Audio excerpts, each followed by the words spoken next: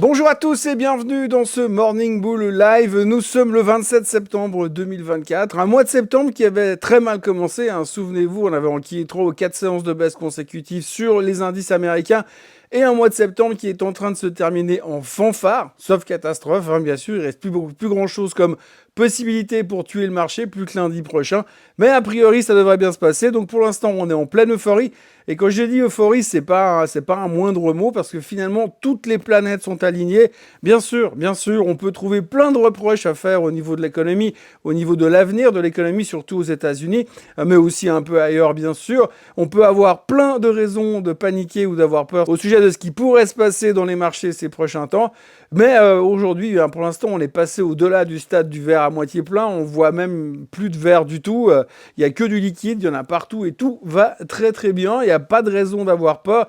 Et c'est un petit peu l'image qu'a donné le marché hier. Même si au milieu de tout ça, il y a un tout petit point noir, SMCI Supermicro, qui rappelle un petit peu la belle époque de Enron et de WorldCom.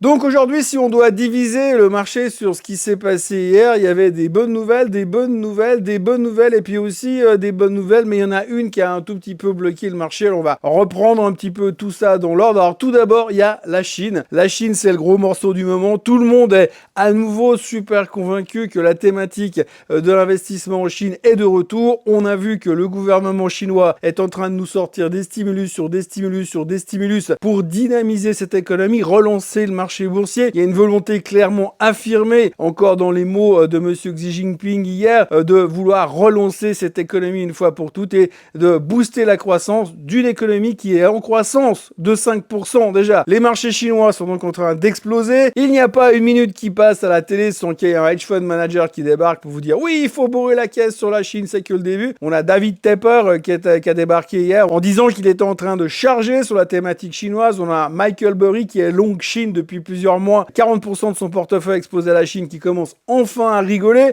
Donc c'est reparti sur la Chine, tout le monde est content. Et puis alors surtout, là le parallèle facile que l'on a fait hier en Europe, c'est la Chine est stimulée, la Chine va cartonner, donc les Chinois vont débarquer en Europe pour acheter plein de choses dans le secteur du luxe. On a vu l'explosion de Hermès, de LVMH, de Richemont, de Swatch. Tout a explosé hier au niveau du luxe et puis surtout sur la semaine, 16,5% de hausse pour LVMH, 17% de hausse sur Hermès, 17% de hausse sur Richemont, 18% de hausse sur Swatch, qui a mis un peu de temps à décoller. Les gens ont mis du temps à se souvenir qu'ils faisaient aussi des montres de luxe. Et puis tout le reste continue. Le seul qui se traîne finalement au milieu de tout ça, c'est Kering, parce qu'il y a le Gucci qui est toujours un petit peu en arrière et en retard. Parce que qui a vraiment envie de porter des baskets Gucci? Enfin bref, tout ça pour dire que le luxe a cartonné, puisque l'évidence même de tout ça, c'est les Chinois vont de nouveau avoir beaucoup d'argent avec le stimulus. Et la première chose qu'ils vont faire dès qu'ils auront de l'argent, c'est prendre un avion, venir à Paris et faire du shopping sur les Champs-Élysées. Alors je rappelle juste pour mémoire qu'effectivement on est tous contents que le luxe rebondisse. Ça a permis au CAC 40 d'être le meilleur indice de la journée d'hier, mais ce qu'il ne faut pas oublier non plus, et quand même, c'est qu'on a eu un peu le même comportement en début d'année quand on a eu un stimulus en Chine, stimulus qui n'a pas donné grand chose d'autre qu'un pétard mouillé. Résultat, pendant plusieurs semaines, tout le monde s'est battu pour acheter du luxe dans tous les sens, et puis tout d'un coup on a tiré la prise parce qu'on s'est dit bon et les gars ils sont où les Chinois, et il y avait personne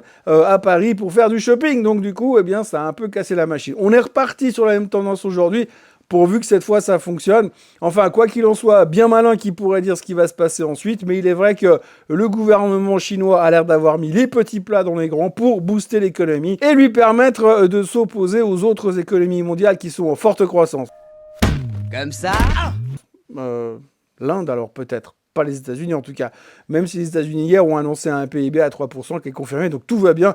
La croissance économique américaine est toujours au top de sa forme. Bref, la Chine est de retour et c'est le gros thème du moment, ceci associé au luxe. Autre thème du moment, bien sûr, c'est les semi-conducteurs et les semi-conducteurs alliés à l'intelligence artificielle. On a donc parlé hier matin des chiffres de Micron qui étaient canonissimes avec une guidance revue à la hausse. Le titre a ouvert 20% plus haut, emmenant tout le monde à la hausse, y compris Nvidia qui a cassé sa tendance baissière et qui tentait une sortie par le haut. Donc explosion sur les semi-conducteurs. Tous les semi-conducteurs qui sont liés de près ou de loin à l'intelligence artificielle ont sablé le champagne à l'ouverture hier, et puis tout d'un coup au milieu de la journée il y a eu un article un article du Wall Street Journal qui nous a appris que le département de la justice américaine lançait une enquête sur les pratiques comptables chez Supermicro. Alors effectivement, vous vous souvenez déjà que Supermicro s'est pris plusieurs claques dans la tronche depuis quelques mois, plus haut historique au mois de mars, et aujourd'hui le titre a donc perdu 2/3 de sa valeur, et entre autres il a perdu quasiment 12% hier, termine à $402 avec un plus bas à 373 durant la journée parce que le département de la justice a ouvert une enquête. Il semblerait qu'il y a un whistleblower, un lanceur d'alerte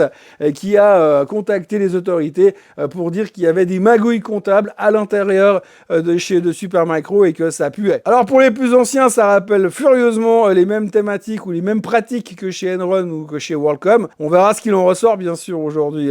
On n'en sait pas plus et puis pour l'instant ils sont présumés innocents. Mais il faut pas oublier non plus que Supermicro c'est un des plus gros clients et partenaires de Nvidia. Donc Nvidia qui était parti pour casser sa tendance baissière, comme je vous l'ai dit il y a à peu près 14 secondes, eh bien Nvidia est revenu en dessous de sa tendance baissière. Il termine quand même en hausse, 0,43% de hausse, mais on sent que la connexion Nvidia Supermicro a quelques bugs pour l'instant et ça rassure pas forcément les intervenants dans l'immédiat. Donc échec encore une fois pour cette cassure à la hausse sur Nvidia comme on le voit sur le graphique bien sûr. Donc l'un dans l'autre, bonne nouvelle pour les semi-conducteurs parce que l'intelligence artificielle c'est quand même trop cool. Pour l'instant ça a l'air d'aller pas mal, c'est pas tout le monde qui en a profité hier, mais ça a quand même permis de monter un peu plus haut sur le Nasdaq. On n'est toujours pas au plus haut historique. Par contre, ça a permis au SOX de rebondir massivement, de terminer en hausse de 3,5% sur la journée et puis surtout de s'ouvrir la porte à toutes les fenêtres parce que si vous regardez sur le graphique, il y a un gap beaucoup plus haut autour des 5710 qui nous permettrait de monter allègrement encore 400 points juste pour se faire aspirer par ce gap. Soyons fous, on ne sait jamais. Et puis dans ce marché où tout va bien, dans le meilleur des mondes, où on se croirait dans un parc d'attractions de Disneyland, pour ceux qui l'ont déjà fait et qui ont eu le bonheur d'aller là-bas avec des enfants et puis de se faire le It's a Wonderful World là, avec le petit bateau et puis on voit tous les pays du monde avec les bonhommes qui chantent, le marché financier aujourd'hui, c'est ça.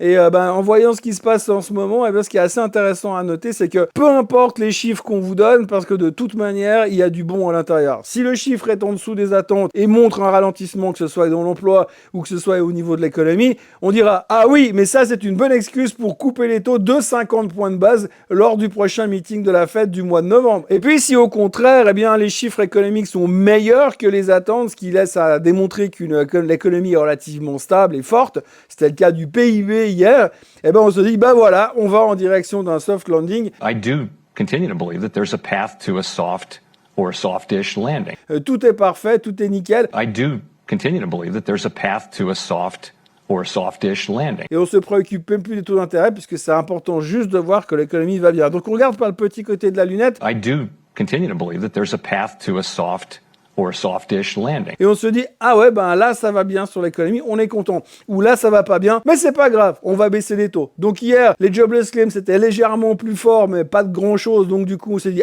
ils vont baisser les taux. Les durable goods, c'était pas exceptionnel, mais ils se sont dit, c'est pas grave, ils vont baisser les taux. Et puis, le PIB était à 3%, donc c'était plus ou moins en ligne avec les attentes. Et on dit, super, on va vers un soft landing. I do continue to believe that there's a path to a soft or a softish landing. Donc l'un dans l'autre, chaque nouvelle, qu'elle soit mauvaise ou qu'elle soit bonne, de toute manière, on a un argument pour estimer que ça fait monter le marché. Donc hier, le Dow Jones termine au plus haut de tous les temps, le S&P termine au plus haut de tous les temps, le Nasdaq n'y est pas encore, mais j'ai envie de dire, si les semi-conducteurs continuent sur leur lancée et si Supermicro n'est pas mis en faillite par le département de la justice américaine, on peut espérer aller chercher rapidement les plus hauts sur le Nasdaq. Il n'y a rien qui semble pouvoir arrêter ce marché pour l'instant, puisque l'optimisme est devenu notre religion à tous. Donc techniquement aujourd'hui tout est ouvert, on a l'impression que les résistances ont cédé définitivement et que la grande question n'est plus de savoir si le S&P va à 6000 points, mais plutôt de savoir quand est-ce qu'il y sera et est-ce qu'il y sera avant la fin du mois d'octobre. Donc ça a l'air plutôt certain de ce côté-là, tout le monde est serein et il y a vraiment zéro stress dans le marché pour l'instant. On notera quand même un tout petit point noir dans l'histoire, c'est le pétrole. Le pétrole a donc continué sa chute vertigineuse en direction des $67,50 sur le WTI. Il faut savoir qu'au niveau du baril,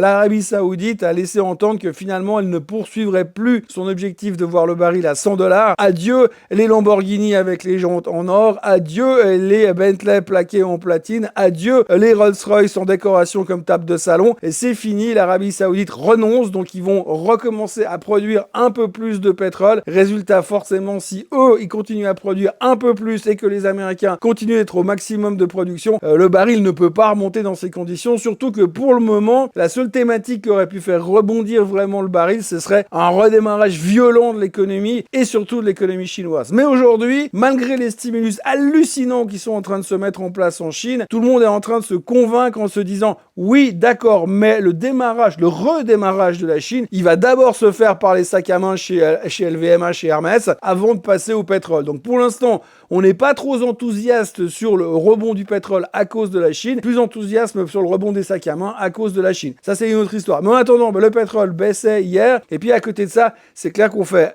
fi de l'histoire de la Chine, mais on fait aussi fi de l'histoire de l'embrasement au Moyen-Orient, où aujourd'hui tout le monde s'en fout. Donc l'embrasement au Moyen-Orient n'est plus un souci pour le pétrole, et puis la Chine va d'abord utiliser l'argent qui va lui tomber dessus à cause de ce stimulus pour aller faire du shopping à Paris. Autrement, pour le reste, eh bien, l'or est à 2695 et ça monte un tout petit peu comme tous les jours. Et puis, le Bitcoin, ce matin, est à 65 500. Alors, xème tentative pour la cassure des 65 000 et des brouettes. Est-ce que ça suffira cette fois? On ne sait pas. Mais en tout cas, le suspense est insoutenable. Il manquerait plus que le Bitcoin s'envole directement à 100 000 pour faire de ce mois de septembre un mois de septembre absolument fabuleux en termes de performance. Voilà, autrement, pour ce qui est des nouvelles, il n'y a pas grand-chose. Aujourd'hui, il y aura bien sûr le PCE aux États-Unis, le chiffre préféré de la Fed sur l'inflation, mais franchement, aujourd'hui, peu importe le chiffre, de toute manière, on trouvera un truc positif à l'intérieur de ce dernier. Pour le reste, on aura aussi le CPI en France, le CPI en Espagne, ainsi que le PIB en Espagne, et l'état du consommateur en France également.